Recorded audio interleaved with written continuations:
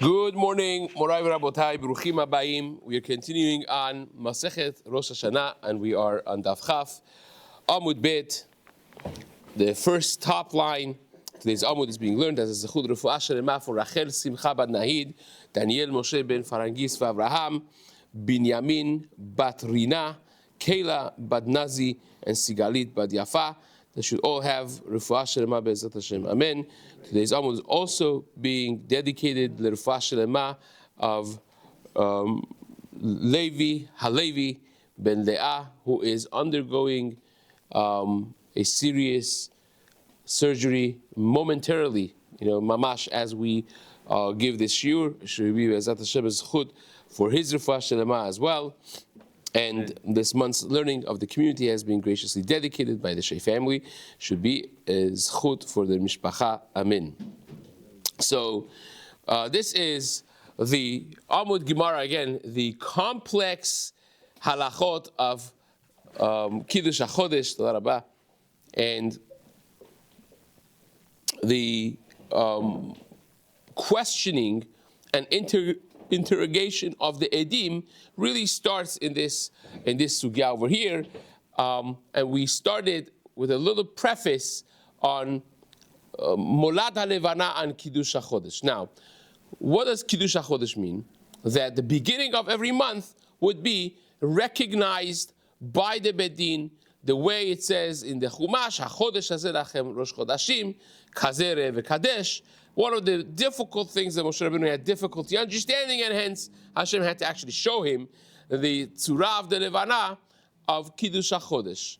Now, the basic information background that's needed for this, as we mentioned, is that the moon orbits around the earth every single month, hence the name month.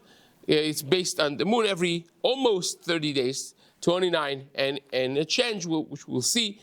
The moon goes around the earth. Obviously, the earth axles around itself as well every single day, and both of them together as a combo are turning around, going on their own orbit around the sun, which gives you the year, right? So we spoke about the fact that the axle of the earth is on an angle, hence the seasons, and so on. But the way it happens in simple reality would be that when you have these three moving, basically all three of them, the way we perceive it, the sun moves, so we talk about it like that.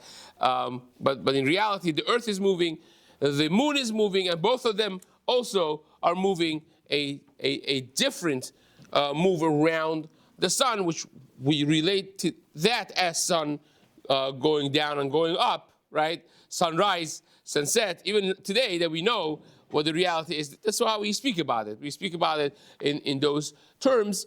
So when you have, for instance, the eclipses, when you have a lunar eclipse, what does that mean? What it means is, even though that they have a luminary celestial called the moon, it's not a star, even though that in the pasuk that we just had in this week's parasha, this is very interesting because we're mamash dealing with this. The Parashat Noach, the upcoming, it says that after the Mabul, HaKadosh Baruch Hu says that the seasons of the summer and the winter and all that is not going to be moving away. And there are those who say that the seasons were one of the creations after the Mabul, and hence you see the passage of time, realizing that life is going. In Los Angeles, you don't necessarily realize that your life is going. When it becomes winter and you actually have a winter, actually have a summer, you see and feel the passage of time much more. Again, these two things happens, just in parentheses, in Parashat Noach. One is, if you pay attention, pre-Mabul, the life expectancy of individuals was twice as much almost as after the Mabul. A drastic, sharp drop in life expectancy after the Mabul, you're talking about coming from 900s to 400s after the Mabuls. Pay attention to that as we go through the parasha. And the other one is this season thing. There might be other people, they comment on it. And one beautiful thing is, this is how HaKadosh Baruch Hu reconciled the problem of the sin, because when you're living forever, right, hundreds and hundreds and hundreds of years, you don't feel the passage. You think, I'm going to be forever.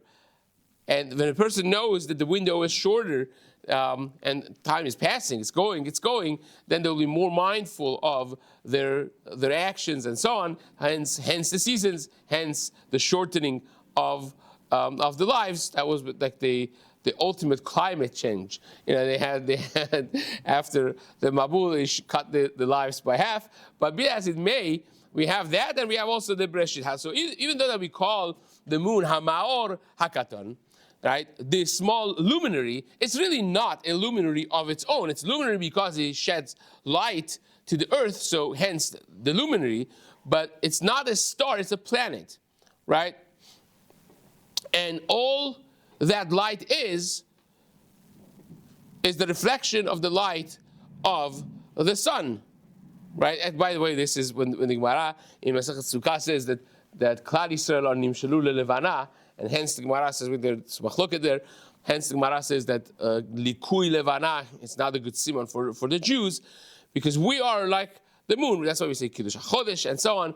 Our job is to reflect the light of HaKadosh Baruch Hu into the world. Like, we realize that we don't have our own light, right? We are the Avadim of HaKadosh Baruch Hu. We reflect Hashem's light into the world. It's like, a lot could be spoken about in these lines. But be as it may, the light of the moon that we see is provided two things. One is it should be dark enough, obviously, right, on Earth. So Earth itself always is half lit up, half dark, depending on which half is facing the sun, right? And when you have the moon in a way that it's facing the sun, moon also is always half lit up, half dark. If the half of it that is lit up is, or not half, but any part of it that's lit up is facing the earth, then you could see that part. Any part of it that's dark, naturally, we will not be surprised if you can't get to see it, right? Now, when you have these three stars and planets line up, you will have either the lunar eclipse, and when we say line up, meaning exactly in a direct line, or you have a solar eclipse, depending on which one is in the middle, right? If you have the moon blocking the sun, so to speak, the moon is between the earth and the sun, you'll have a solar eclipse. If you have it the other way around, if you have the earth blocking the light of the sun from the moon in the middle of the night, so you see the moon, the full moon, imagine the 15th of the month, you see a full moon, and all of a sudden, you see it's bitten into. What's bitten into, with a little curve, is the fact that now sun is being blocked by the earth, and therefore now you stop all of a sudden seeing part, or if you have a full lunar eclipse, it will be the entire moon at moments, and then obviously it moves because everything is moving, so it'll be very momentarily. So how do we see, if this is circling around the orbit, how do we see the moon at night? Because they're not, if you have the sun, the earth, and the moon, so then at night you should not be able to see. Every night you should have some sort of eclipse, right? But that's obviously not the case, because they're 3D, they're not necessarily in the same line at all times. Sometimes it happens very rarely, but some other times, if this is the earth, the moon is a little high up, for instance, right? And the sun is here, so even though that the chatzi, half of the earth cannot see the sun, it's dark, it's night, but they could see the moon because above the sun, above the earth rather, or below, that you have the rays of the sun hitting the moon and reflecting, so then you could see the moon, right? And you have the same thing when the moon is between the sun and the earth. When they have a complete straight line together, if it's in the 3D also in the same line, then you'll have obviously a solar eclipse. But if they're not in the same, which is normally they're not every month, then you have that one moment that they are aligned, but at different levels, right? And in that moment, you definitely cannot see the moon, right? They're directly aligned with the sun. Then definitely you cannot see the moon in that moment. Even though that you would have, if it's not directly aligned, for a number of hours before and after, let's give it numbers, for 6 hours before and 6 hours after, a subtotal of 12 hours, 6 hours before they're exactly aligned and 6 hours after they're exactly aligned, you can't see the moon, right? Because, again, it's directly facing the sun in that way. And the moment of alignment, that by Chazal was seen as the birth of the new moon, right? It happens once every month, every 29 plus, let's call it 29 and a half plus days, which we're going to get to. That moment is Molat HaLevana, it's the birth of the Levana. Beforehand, we call it the old moon. Afterwards, we call it the new moon. And that's how it's viewed. Now, this could have been also any other moment. It could have been when they're aligned the other way around, right? But this is how, or even other times, but this is how Chazal viewed it. That's the beginning of the month, again, in that moment. So we will explore in the Gemara that perhaps there are some 24 hours that the new moon cannot be seen, depending on where you are. Now, because, again, the moon has angles, if it's on the Mizrach or Ma'arav, depending on where on earth you are, right, you'll be able to see in some places the moon at the same point on the clock, whereas other places you would not necessarily be able to see it, okay? But it's the 12 hours that we mentioned, 6 hours before, 6 hours after, nowhere you could see it, right? But then, in Bavel and Eretz Yisrael, you will have the other 6 hours or 12 hours would differ.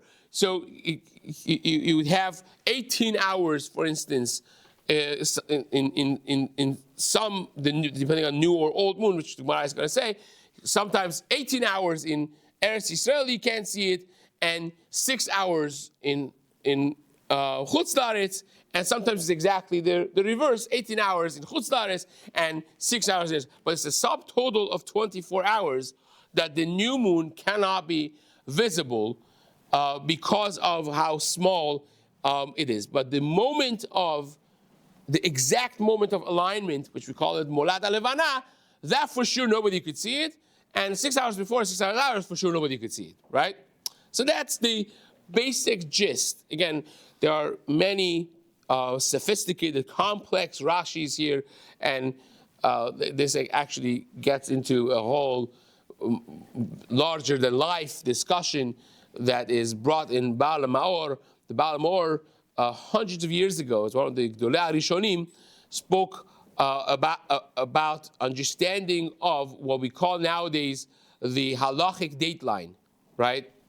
This is something that was already discussed back in the day.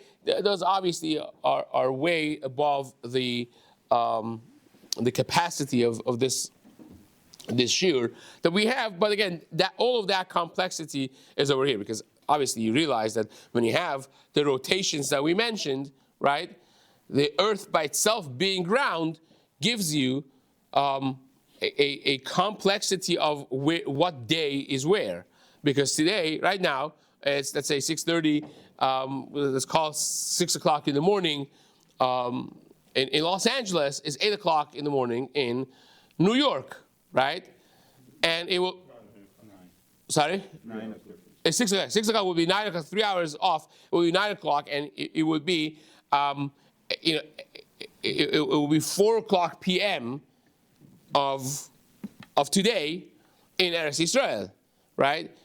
And when you go, further east, if you go to Iran, it's another hour and a half, depending on what they've done legally recently, right? So that would be 5:30 p.m. over there. And you go further east to Australia and so on, and then you come back. Like imagine you're going now to the Atlantic and the other end of the Pacific Ocean, right? And you come back to the shores of Los Angeles. It should be 6:30 a.m. of tomorrow. So when you go around the 360 of a globe, depending on which direction you go, you have to either lose a day or gain a day, right?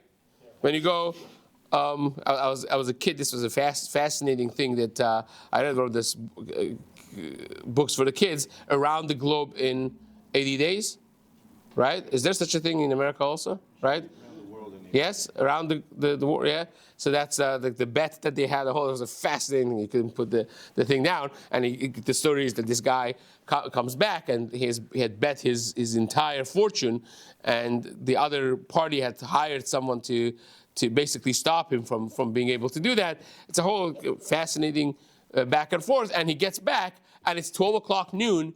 He had just missed his bet by minutes, right? So he's like, oh, whatever, he lost it. He lost his whole fortune. And tomorrow morning, he spends the whole day depressed. And tomorrow morning, he goes to take the paper, and the paper is the date of yesterday. It's like, you don't have the new one? It's like, no, this is today.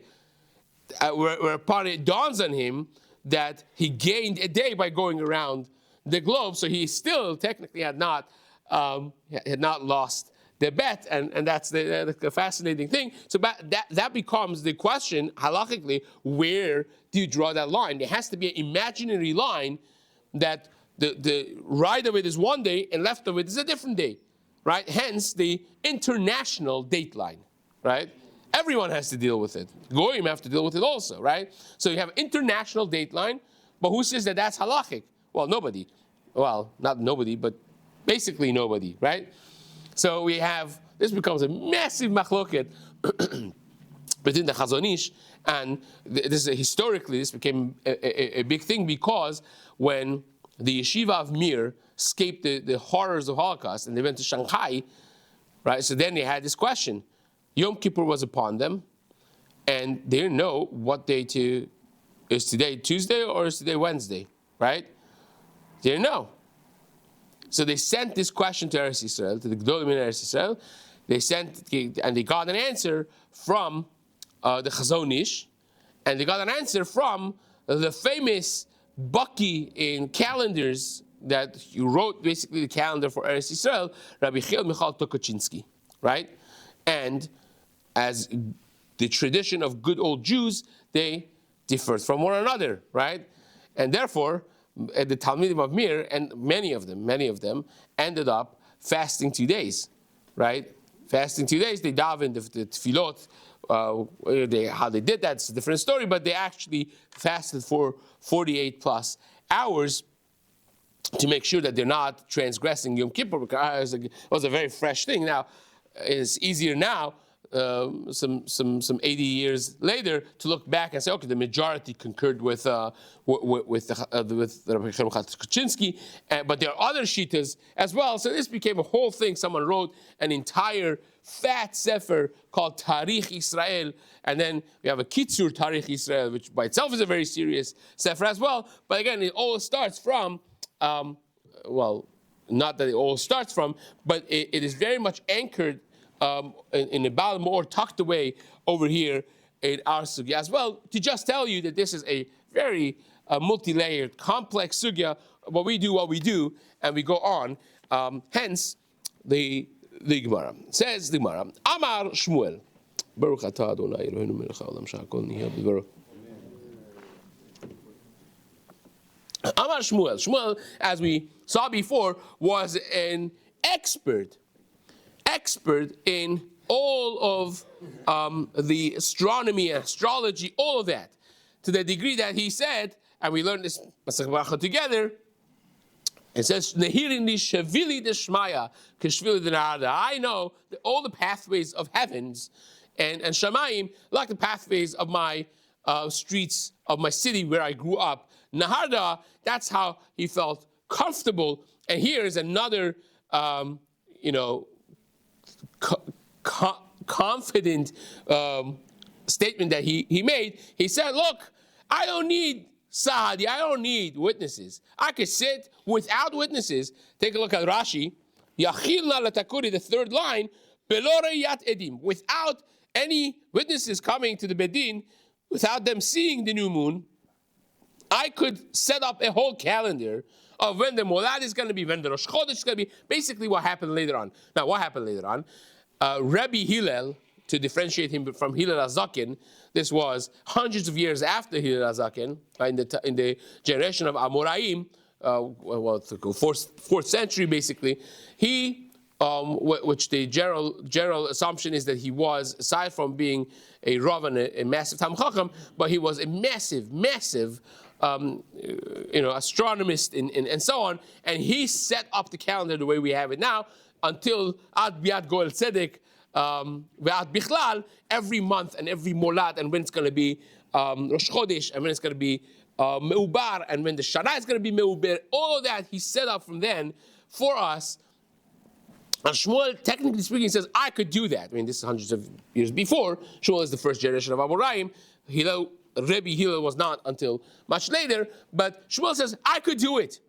I don't need the Edim to come. I could sit and set up this calendar. Now, what people think that Hillel was this amazing astronomist and so on, and therefore he could do it, it doesn't mean that the knowledge of that calendar was not known to Chachamim. As we see, Shmuel had everything. Now, the back and forth of the Gemara is going to be almost irrelevant to the comment that Shmuel made. This knowledge of Molat HaLevana, we always had before. We could always do the calendars. That we didn't want to do the calendar, as the Gemara said before. Mitzvah is to do it al pi re'iyah, as it says, Kazeh Re'eh V'Kadesh, right? But Shmuel said, I could be metaken a calendar with all the Molat HaLevanas and Kiddush HaChodesh and the Rosh Chodeshes and so on for the entire Galut without having Eretz Yisrael and the Sanhedrin and the Betin and the Edim coming in and all of that. So, Amaleh, Abba Avu Ad Reb Simlai, Abba, the father of Rabbi Simlai, told Shmuel, really? Yada mor hai milta the Tanya besoda ibur. Do you know what it says in Soda Ibur? Nolad kodem chatzot or nolad lachar chatzot. Now, this is, like Rashi says, Soda Ibur, take a look at the last wide line of Rashi, Braita shnuya b'remazim. It was a Braita that talked about Molad HaLevana and all these chokhmah, and the entire thing is written encrypted. It's written with hints and remazim. It's as though it was written in a way that they didn't want you to understand it, right? Unless you actually did understand it. You needed Mesorah to understand what exactly that means, as we'll see. So in there's a Braita that says there's a difference between the Molad HaLevana being before Chatzot HaYom or after Chatzot HaYom. He says, do you know what that is? Shmuel says, no idea, right? Amalelo, and he wasn't shy, so he fires back at Shmuel and says, oh, Medehalo Yadamar, if Rebbe doesn't know this, right? There must be other things that you don't know. So don't claim that you could create the whole calendar without Edim. You don't know this. Must be other things you don't know as well. Okay. Now, Kisalik Rab Zera, when Rab Zera went to Eretz Yisrael, we learned in multiple places, in Masachet Brachot, Masachet Ba'ametziyah of Pehei, we learned that Rabbi Zera davened actually to forget the Torah that he learned in Bavel. He wanted to go up to Eretz Yisrael and learn from Rabbi Yochanan. Right? And the whole sugya and Daf Peidalet Pehei in Masechet Bava Metzia that discusses the greatness of Rabbi Yochanan and the story of Rabbi Yochanan's life and the end of his life and so on and so forth. One piece is this, that Rabbi Yisrael went up there to learn Torah from Rabbi Yochanan. So he was aware of this whole back and forth between Shmuel against Shmuel and Rabbi Yochanan. They had a very interesting relationship. They were in the same generation. Rav and Shmuel were peers, and we have always Machloket Rav and Shmuel. And after Rav passes away, this is the Gemara in Masechet Chulin Daf Kuf Lamed Zayin, the Gemara there says that Rabbi Yochanan used to announce Rav as his Rebbe. Even though the Gemara in Masechet Brachot Daf Hey says that Rabbi Yochanan very much was boastful about living in Eretz Yisrael, Ki mitzion tetzeh Torah udar Hashem Yerushalayim, that you could only learn Torah, you could have that siyata d'shmaya in Eretz Yisrael. But he himself used to say, Itli Rabbi Bavel, my rabbi lives in Eretz Yisrael, in Bavel, right? And he used to say that me and Rav were together in the yeshiva of Rabbeinu HaKadosh, and he was way head and shoulder above everybody else, to the degree that when he spoke privately in the middle of shiur, asking questions and handling the sugya with Rabbi Yehuda Hanassi, nobody had a clue what they're talking about. It went whoop above the head of everybody else, right? And when Rav died, Shmuel said, what? He was your Rabbi, I'm not your Rabbi. So he sent him, the Gemara says, 300 camel loads of questions in the Sefekot in Terefot Hareah. Obviously, Rashi says that 300 always is a number of guzma in the Gemara. And the Gemara there says that Rabbi Yochanan reading all that, he's like, whoa. So he started now relating to Shmuel as his Rebbe, right? After the passing of Rav. So this is the same time. So Rabbi Zera knew about this whole conversation with Shmuel, and he goes back to Eretz Yisrael. He figures this out, and he sends back to Bavel the following. Shalach dehu. Sarich sheyehela, two things, two halachot he learned about Kiddush Levana. A, sarich sheyeh laila v'yom min hachadash, that the night and the day has to be, in order for you to be Mekadesh the Chodesh, in order for you to announce the new Chodesh, it must be that last night you saw the new one. If you last night saw the old moon, right, then today cannot be Rosh Chodesh. We will discuss this. Again, this ties back to what we said in the preface today, that 24 hours, right, it's not seen, the new moon. So if you saw the old moon, so within the 24 hours, you're not going to be seeing it, and or the night and the day follow one another, and therefore you can't have, if you saw the old moon, right? It's like if last night was not Shabbat, today cannot be Shabbat, right? And Chodesh and Shabbat, Rosh Chodesh is part of the Moadei Hashanah as well, and therefore day follows the night, and hence, if last night was not Rosh Chodesh, today cannot be Rosh Chodesh. So if you saw the old moon, so to speak, last night, it's a contradiction for having today as the new Chodesh. So we'll come back to this comment of Rabbi Zera at the end of this Amud. But before that, the second thing he said was in answer to this dialogue that Rab Abba Avua, that Rav Simlai had with Shmuel. So remember, Rab Abba Avua, that Rav Simlai didn't know this, the meaning of this braita in Sod HaIbur, and even Shmuel didn't know the meaning of this line in Sod HaIbur. So Rav Zera said, I figured it out. The second thing that he said is,